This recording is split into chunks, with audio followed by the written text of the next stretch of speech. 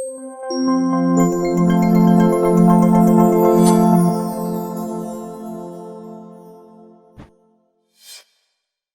I'm Matthew Gavidia. Today in the MJ's Life Sciences Medical World News, the American Journal of Managed Care is pleased to welcome Dr. Margaret Moline, Executive Director and International Project Team Lead for Eisai Inc. Amid the COVID-19 pandemic, increased mental health and sleep issues have been reported in an intensifying trend. What is the current standard of care for adults with insomnia who have difficulties with sleep onset and/or sleep maintenance? With COVID-19, there's a lot more attention being paid to sleep problems. So it's important for someone to take a look at what he or she is doing as far as routines that can help them sleep. And if some of the simple remedies, which I'll talk about in just a moment, are not sufficient, then they should really be encouraged to speak to their clinician. Now, there are non-pharmacological treatments for insomnia that are the behavioral techniques, which are recommended as first line.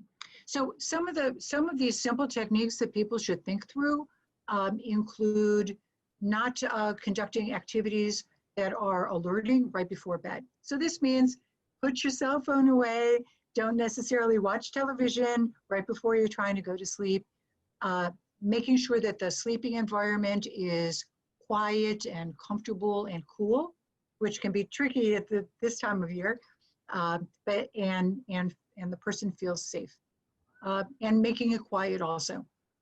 So not eating a large meal before bedtime and not exercising before bedtime. So all of those are really good sleep hygiene tips, but if they're not working, again, the person should be encouraged to talk to his or her clinician to get additional strategies to help with the insomnia.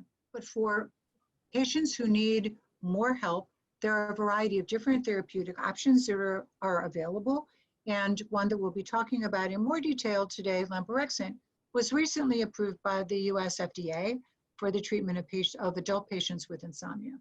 Can you tell us a little bit about Eisai Inc.'s lemborexant sold as Dayvigo? What are the mechanisms behind this indication and what benefit it aims to provide patients with insomnia?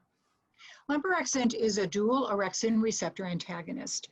This means it's blocking the effect of orexin in the brain. Orexins are involved in maintaining wakefulness. So the idea here is that lemborexant would help to dampen wakefulness at the time that the person wants to sleep.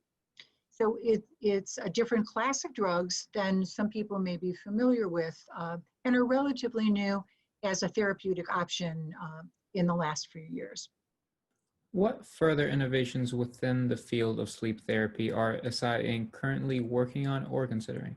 So lemborexant has been studied in a circadian rhythm sleep disorder called irregular sleep-wake rhythm disorder.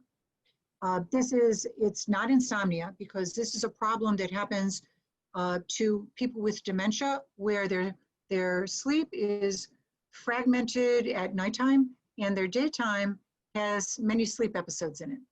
So what we're looking to see whether lemborexant has the potential to help people stay asleep longer at night and stay awake longer during the day.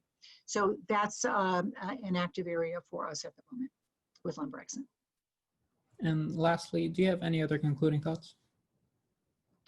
I'm excited about the breadth of information about lemborexant that we're preparing to show at the sleep meeting, and we hope it will be interesting and informative for clinicians so that we can help patients sleep better and improve the quality of their lives.